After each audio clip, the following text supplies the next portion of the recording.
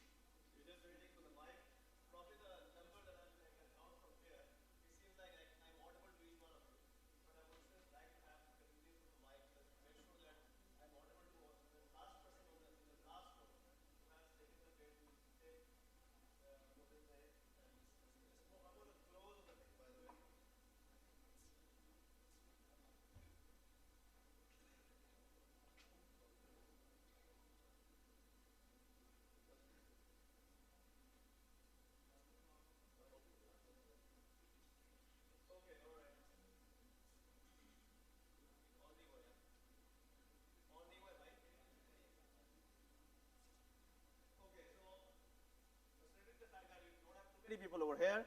What I'm going to do is I'm going to speak in English and Urdu both, because what I've realized is that Urdu बोलने से strike कर रहा है, because there was a gentleman who obviously was speaking in Urdu, Malik Bostan Saab, and I probably liked his comments the most because those were coming from the heart.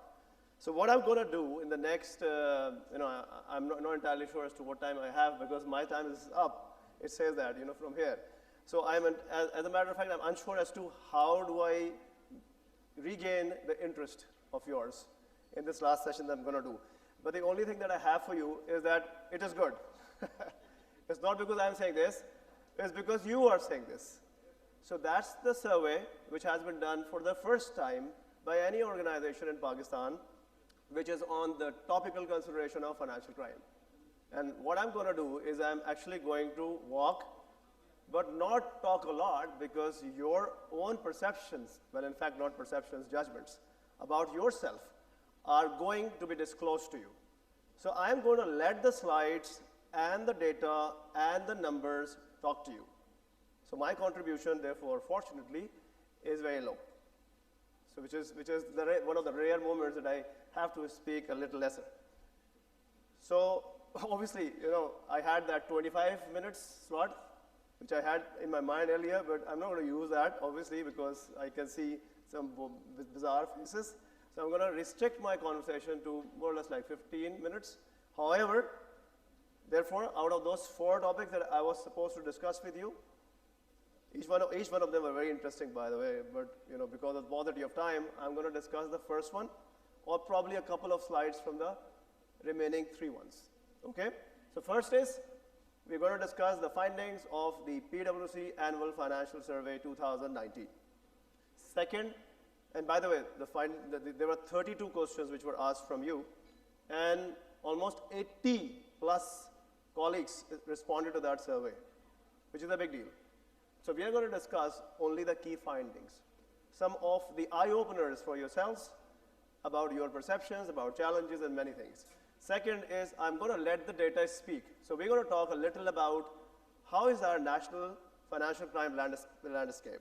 So we're going to talk about branchless transactions, number of RMs, number of operations staff, how do we make effective utilization of the first line of defense versus the second line of defense, what economies of resources institutions could get by passing on the challenge to the first line of defense versus the third line of defense or the second line of defense, okay? And I'm also going to talk a little about my perspectives on emerging KYC. So I'm going to discuss one of the case studies with you as to how one of the leading territories in Asia Pacific did manage to overcome the KYC registry or KYC information portal challenges, okay? So let's get started with what you thought about yourself. That's the first one. First, read this, then I'm going to talk a little around that. So first of all, let me explain to you, how was that structured? There were 32 questions which were asked from compliance, and there were almost 25 questions asked from business and key enablers. Who were the key enablers? Operations, risk, and few more. So I'm going to talk about two. I'm going to talk about, first, is the general perception or the general response that we got from in response to the questions. Second, I'm going to talk about the wide gap in the perceptions of compliance versus business and key enablers. And what I found fascinating was that a lot is resonating with what we have discussed this morning, and all the theories and all the data and all the HR and all the artificial intelligence and machine learning and so on and so forth. But there is a wide gap between the perceptions of business and key enablers that I would like to point out over here. So we use those keywords: existential, catastrophic. I'm not going to define those keywords for you. There was a gentleman who proposed, well, you know what, I mean, you should define those keywords. No. Existential, catastrophic. Catastrophic is something that you cannot cope. Existential is gone.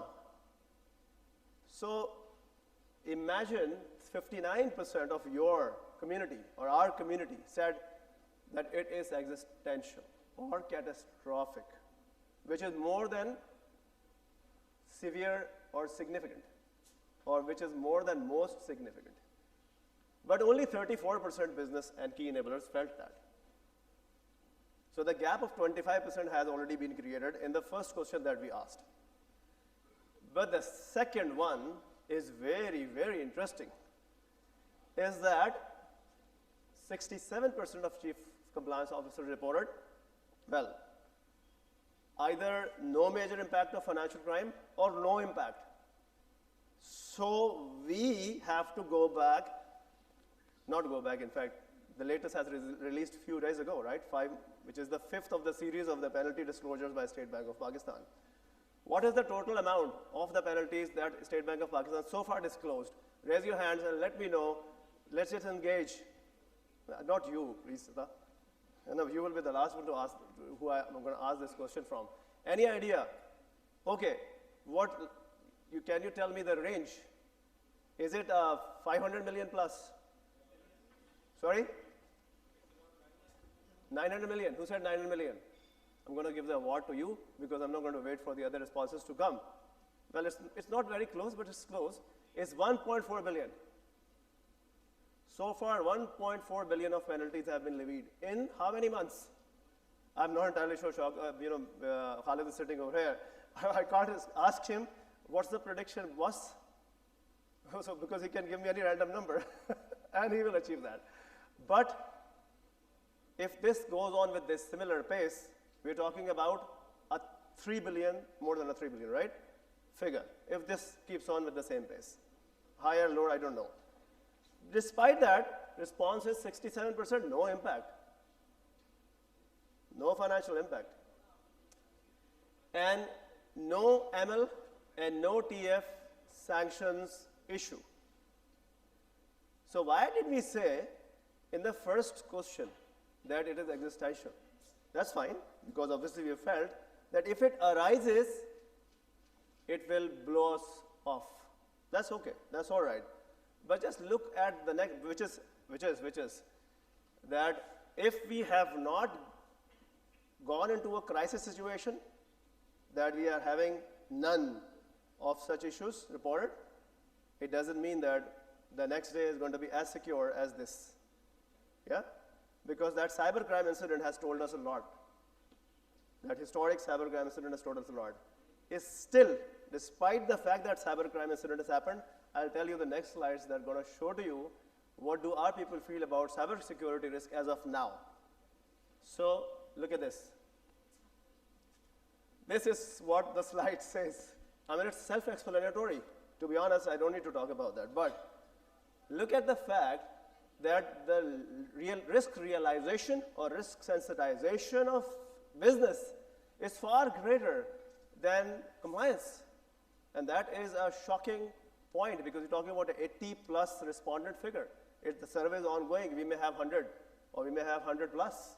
But that is eye-opening.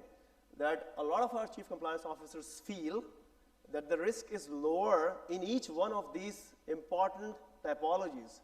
While on the other hand, business and key enablers feel it is higher, not higher, much higher. For example, look at this. In the case of cybercrime, fraud, cybercrime, look at that number. CCOs feel 9% and 9% CCOs feel each that there is only high risk of cybercrime. It may be because we don't deal with cybercrime. The compliance does not deal with cybercrime, yeah? Maybe. But this is what business is. But on the other hand, if you look at sanctions risk or money laundering risk, even in a situation where we are on a gray list, we still feel that is not very high. It is high. Let's just go on to the next one. Now this is a very good example. Again another example. Look at the financial and monetary loss. Compliance feels 50%, compliance heads feel financial monetary loss is posing a higher risk, you know. But on the other hand, business and key enablers say 80%. And if you look at the loss of business and the reputational and brand damage, 96% business and key enablers feel like that. So it may be because if compliance is taking a view that we are not really concerned about the loss of business, we are concerned more about loss of financial monetary loss or reputational and brand damage, then it may be the case, but it should not be the case. We are all sailing in the same boat. We've got common interest. If bank is hit, in terms of business loss, we all will have to forego our salaries. Now look at this next one. Now this resonates very well with what you told us. Well, in fact, not you told us, what our entire stellar panelist and panelist list or the stellar speaker list told us, right? But look at that. We've got technology, but look at the tone at the top. Look at the tone at the top, which is that people are saying that tone at the top is not a challenge, which essentially means that all of us are ready to transform the institutions the way one of the other institutions has transformed in the last 2 to 3 years. Is that the case? So if that is not the case, then I did not see that tone at the top challenge coming out as a major concern in our survey. So we are talking about pieces such as, which are not the softer pieces. Most of them are harder pieces. For example, technology is a hard piece. Data is a hard piece, yeah? But the real pieces were pace of regulatory challenge and tone at the top. It's not there. But encouraging is that we realize that two other challenges were top of the line challenges, which is technology, HR, and data. Now let's have a look at this one also. Again, you get the same message. With respect to employee morale, with respect to customer relationships, with respect to relationship with regulators, with respect to relationship with correspondents, by the way. So you see 13% chief compliance officers or the compliance are saying that, you know what, I mean, relationship with correspondents is not going to be that much at risk as 33% business and key enablers saying that. That's a wide gap. That's a very, very wide gap because correspondent relationship management is key. Customer relationship management is key. And relationship with the regulators is absolutely a must if you want to transform the institution with sustainability. So, you know, this is something that I wasn't really able to get to. And this is why I'm intending to have that conversation with you. And probably, you know, that's not the right time to have that conversation in 5:10. Maybe at later point in time we can have that conversation. But look at this. So while we have been talking about Pakistan is at 12% financial inclusion, right? I mean, we should not de-risk. We should re-risk. With the terminology that I use in opposition to de-risk is re-risk. Yeah. So what to do with that? So the de-risking is 12%. You know, I mean, the question that we asked is, has your organization undertaking or planning to undertake? Well, that's fine. Undertaking is a no, but planning to undertake. So every dimension compliance is saying no we are not de-risking or not planning to de-risk.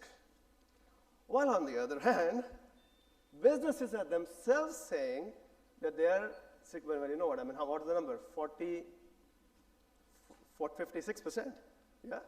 56%, 63%, my apology, 59, 63, 53, 55, 41, all. So it's about de-risking, by the way, right? I mean, if they do de-risk that much, I'm not entirely sure as to where we are going to stand. Look, this is what this is about, whether you have done the risk assessments or you haven't. Or if you have done the risk assessments, then why did you do the risk assessments? So you did the risk assessment for terrorist financing, you did the financial crime risk assessment. By the way, 43% have said they have done the enterprise-wide financial crime risk assessment. That's a very, very encouraging number, yet it has to be seen as to what kind of depth has gone into that enterprise-wide financial crime and terrorist financing crime. 73% ticking the box is not something that you would anticipate to see, okay? But why have you done it? Look at that. This is extremely critical because you have been asked by the regulator to do it. Because we have been asked by the regulator to do it. Have we done it on our own? Did we do that on our own? Did we really realize that it was important to be done before? I'm not sure, right? However, this shows a lot. 1 in 3 reported a significant increase in technology investment in training, in HR, and so on and so forth. Only 3, well, we're talking a lot about cascading that down to the first line of defense, right? We've been hearing this about since morning.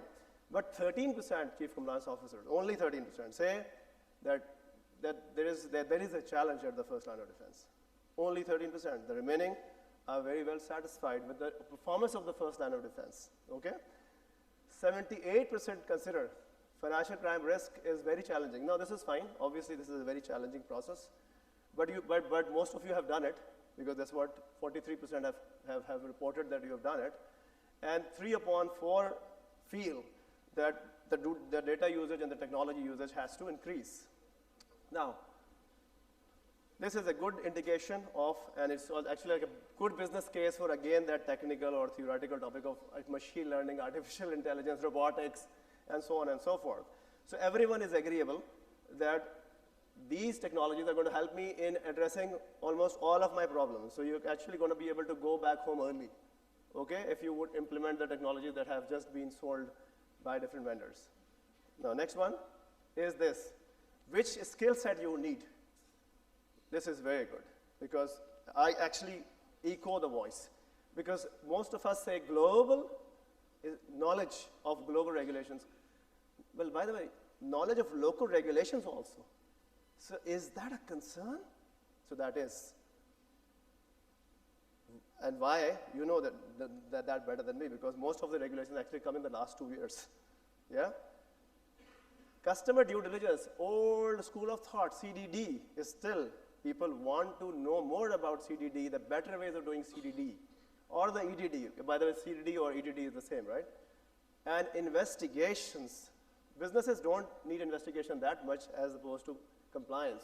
Yeah, that's the key. Investigators, investigation-led mindset is the most important thing to do with respect to improving upon the quality of your STR.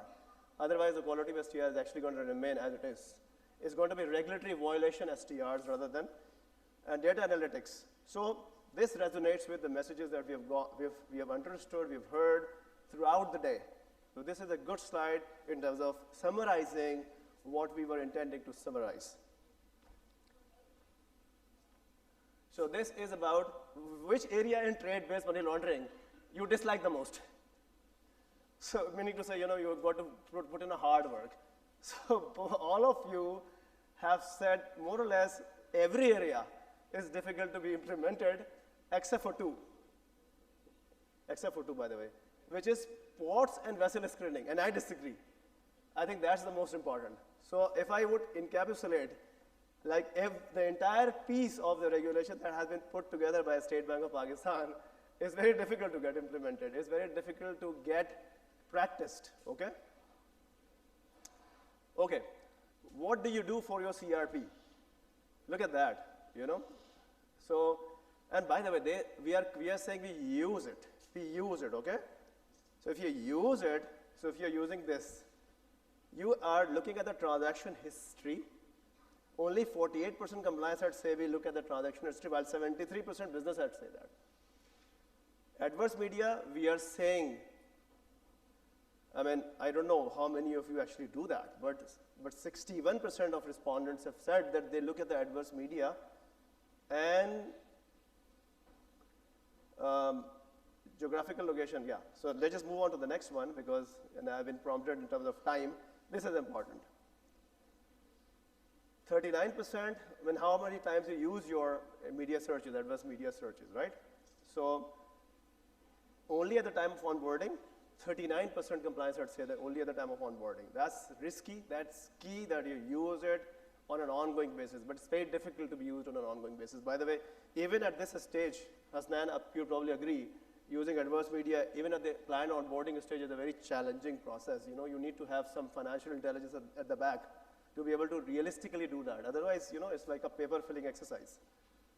Okay, so these are the numbers that I wanted to share with you, which are important to be understood in the context of the perceptions, in the context of perspectives. I'm going to use a few more minutes to describe this to you.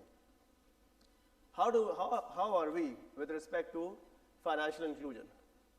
So you got 21% Pakistan. Look at the remaining. With that, the challenge comes in the FATF. So this model, which is the conventional model, isn't increasing that much. Look at that. The increase in the accounts is static. We have reached from 49 to 53 million accounts. That's it. But look at the branchless banking. That's an exponential growth from 15.3 in 2015 in 3 years. That's 47.2. So I'm not saying these are all transactional, but yet those churn the numbers, right? Those churn the transactions. So this is also a very important risk indicator. 42% are inactive, but there are initiatives being undertaken by State Bank to make sure that that 42% reduces, and it is getting reduced. However, I must say that these are all variants or the drivers for risk, for for terrorist financing risk, as well as for money laundering. So this branchless banking does entail a terrorist risk finance, the terrorism financing risk, does entail. So you've got to very carefully manage that. Look at the spike for the mobile banking. And that is something that we have been discussing. New payment methods. Mobile is the new world. So look at that spike, which is, by the way, that's 2018 number. The 19 is yet to come. And there is probably, you know, a hearing that I did from one of the senior people from the State Bank, is that the 19 has actually led from an increase of 41.1 million to more than like 80 million. So if that's the case, then you're talking about replacing almost 20% of the entire traffic to mobile banking. In the context of mobile banking, what is the response strategy that we as the chief compliance officers have to put together? Do we know about mobile banking? Do we know the risk of scaling mobile banking? Where are we employing our transaction management solutions, transaction monitoring solutions? These are the questions that you and us are all going to ask ourselves. Look at this e-commerce and look at this POS. So all the trends are moving towards digital adoption, are actually clarifying that we as an economy are digitizing ourselves to the extent that we would wish to move as quickly as possible. So therefore, I'm saying in the next 5 years, the banking is actually going to be on mobile. So therefore, we'll have to make ourselves adaptable to that environment, and therefore the risk profile has to change in the compliance risk also. This is a remittance. So I'm not going to go into details. I had a few more lines, but in the interest of time, I'm actually going to restrict my message, but look at this. Which are the countries which have got the inward remittance risk? So when you talk about transnational risk, so transnational risk is not just about one person going from Pakistan doing something abroad. It's also about one person coming from somewhere else and doing something in Pakistan. And you've got to protect that interest also. So transnational risk is two-way. We've got to understand that. And we've got to protect our country in both the respects, in terms of perpetrating as well as protecting. Someone who perpetrating from here or in here. Okay, this is trade. Clearly, the trade dynamics are changing. If you analyze 10 years history, China is increasing exponentially in terms of imports. And at the same time, you would see China in 25.3 right now it is, and then the exports. So we need to visualize that geography, those four factors, for trade, for terrorist financing risk assessment. Geography, channel, products, customers. So I'm actually going to give you a view of where on a national level these risks are arising and what numbers we're talking about. So this is one extremely important indicator, extremely important I would say. I talked to you about 363 billion getting sucked from the deposits, getting into the cash in circulation. Look at this. 24% VR, 13% is the next, 13% is the, 19% is the next highest, and that is Kenya. And all the other geographies around us, these are the numbers. So cash-based economies possess inherently possess higher, not money laundering to a certain extent, but much more higher terrorist financing risk. So let's just move on to the next one. This is a very, very useful slide for you to see. We've been talking about we are reporting STRs reasonably. Higher, our numbers are higher. But look at the context of the globe, where your numbers are. That's one STR per 145,000 transactions in the case of Pakistan versus all the numbers are written over there. So in fact, we're matching Canada. Well, in fact, we're close to Canada, which is fine. I'm glad about it, right? At 5:30, I can say that. There's no one else from British Embassy or US Consulate here. You're not recording my one, right? You are. Okay, so that's about the number. But what about the quality? So I'm not saying anything because I can't. But what is the mutual evaluation report saying? Your STRs are quite stereotyped. Your STRs are quite, regulatory violation driven. Those lack the trade finance risk linkage. Those lack the quality. Those lack the disposition. Okay. This is a case study that I wanted to share with you. Okay. This is Singapore. Singapore has got one wallet, a vault, digital vault, per person, per citizen, called as MyInfo.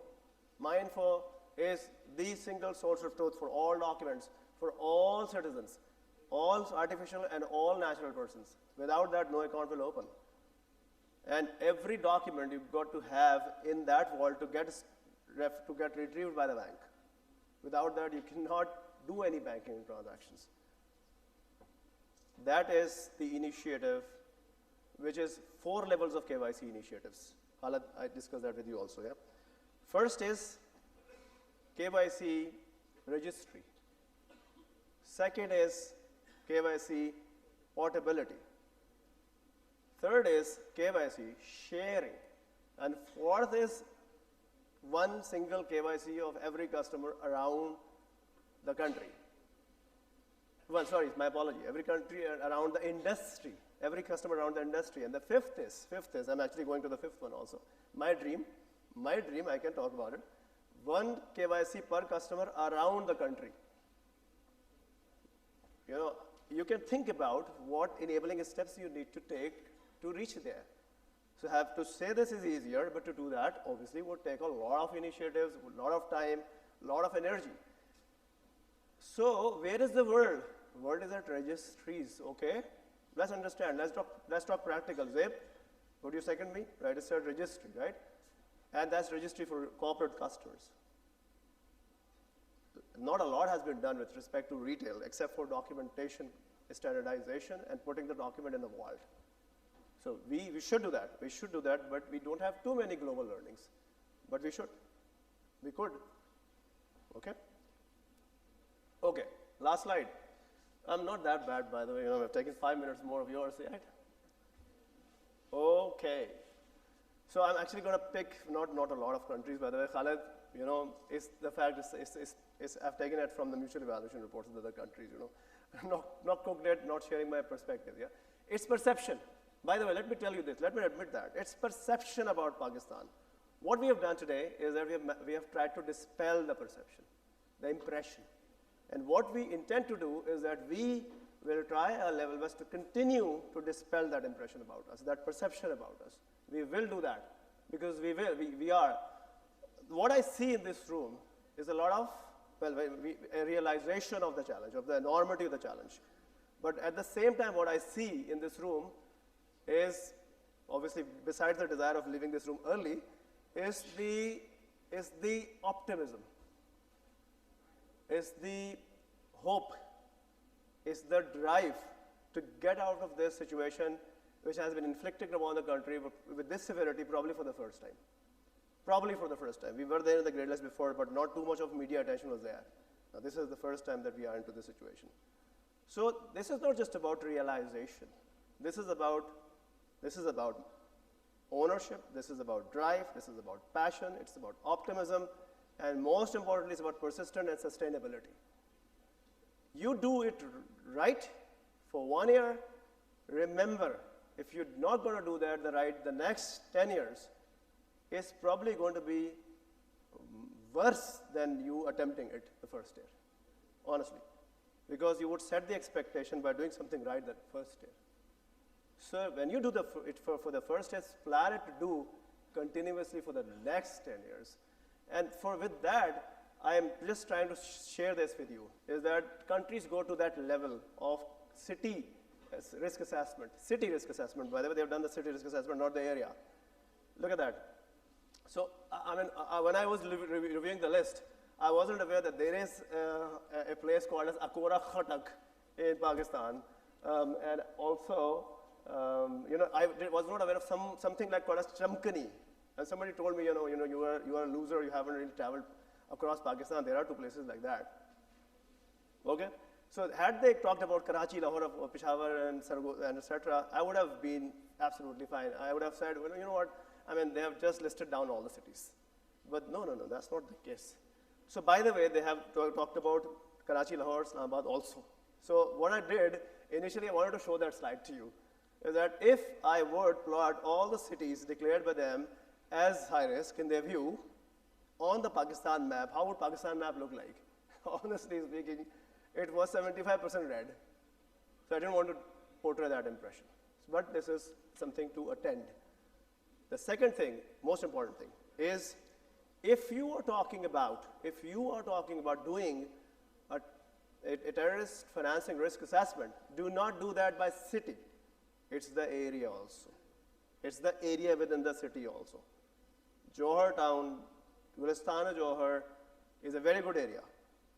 So therefore it will have low risk as opposed to defense or as opposed to Clifton. Or you get what I'm saying, right? I hope you're not taking it in a literal sense, right? And similarly, there are two more countries which I have put down over here. So my concluding remark is going to be, we need to